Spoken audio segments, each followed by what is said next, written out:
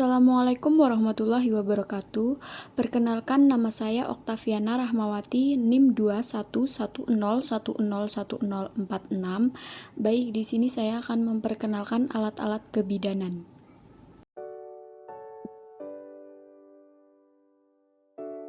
Assalamualaikum warahmatullahi wabarakatuh. Perkenalkan, nama saya Oktaviana Rahmawati, NIM 21101010146.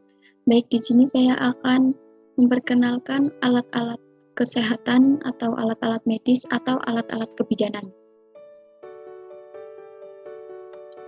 Yang pertama ada alat pelindung diri atau bisa disingkat dengan APD.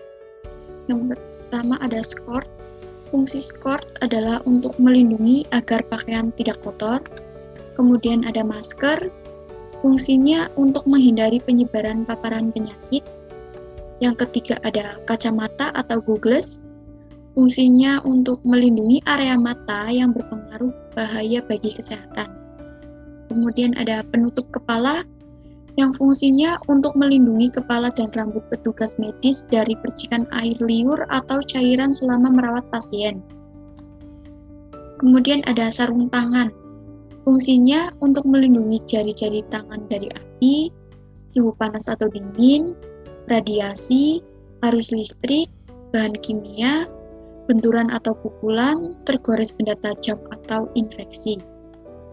Kemudian ada sepatu boots. Fungsinya untuk menghindari efek kotoran maupun terjadinya luka pada area kaki. Kemudian kita ke alat tanda-tanda vital, yaitu yang pertama sphygmomanometer. Sphygmomanometer itu dibagi menjadi ada air raksa, ada jarum, dan digital. Semuanya berfungsi mengukur tekanan darah. Kemudian alat tanda vital selanjutnya ada stetoskop. Fungsinya sebuah alat medis untuk memeriksa suara dalam tubuh. Kemudian ada termometer.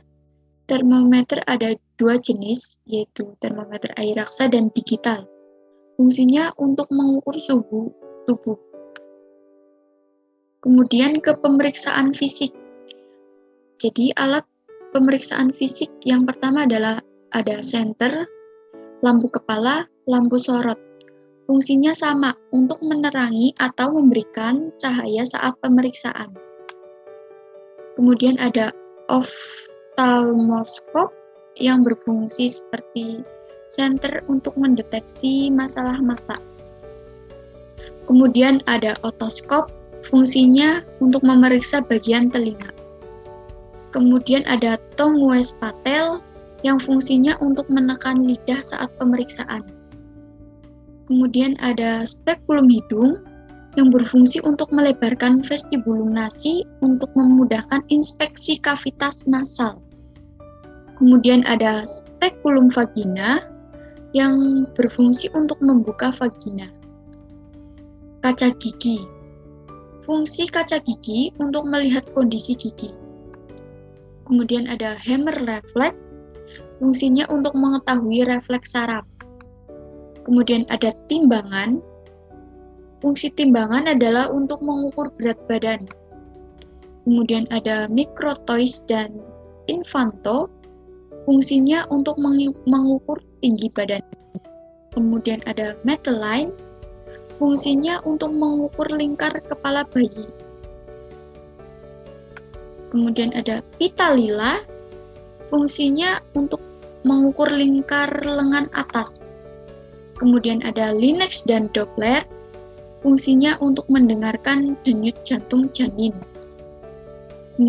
Kemudian ada jangka panggul yang fungsinya untuk mengukur diameter panggul.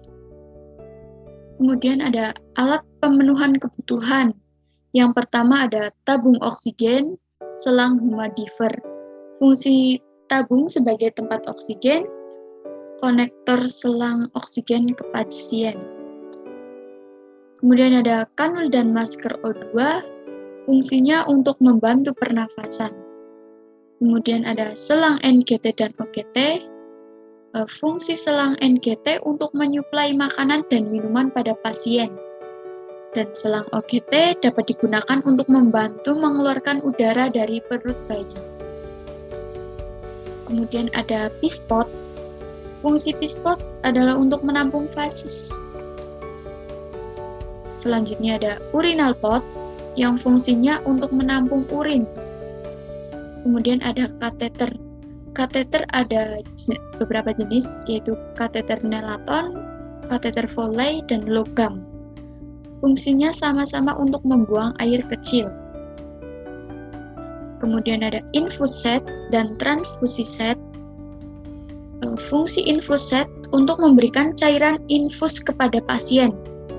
Transfusiset untuk menyalurkan darah kepada tubuh pasien. Kemudian ada abokat. Fungsinya, abokat ini merupakan jarum yang digunakan untuk pemasangan infus. Kemudian ada tourniquet yang fungsinya pembendungan pembuluh darah. Kemudian kita ke alat perawatan luka. Yang pertama ada gunting bedah. Fungsi gunting bedah merupakan gunting khusus yang digunakan untuk menggunting benang. Kemudian ada gunting perban. Fungsi gunting perban untuk menggunting perban atau balutan dan plaster juga bisa. Kemudian ada gunting jaringan. Fungsi gunting jaringan untuk memotong jaringan tubuh.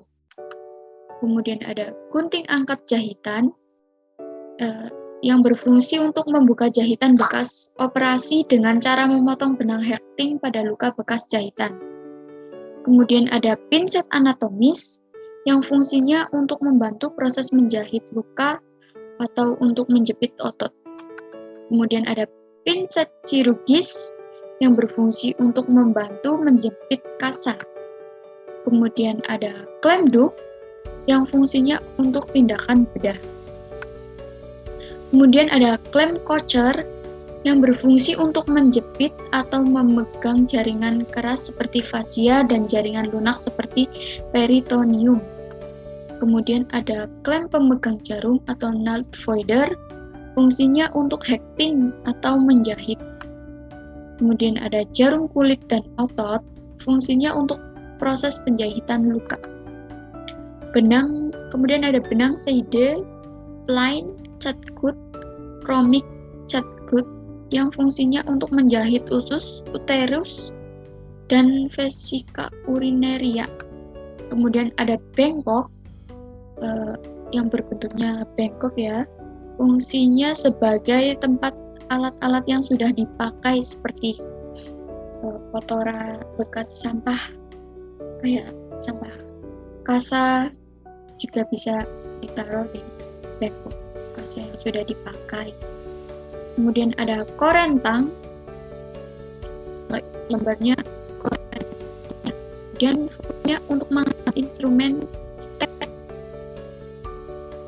Kemudian ada skalpel atau gagang pisau yang berfungsi untuk operasi dan diseksi anatomi.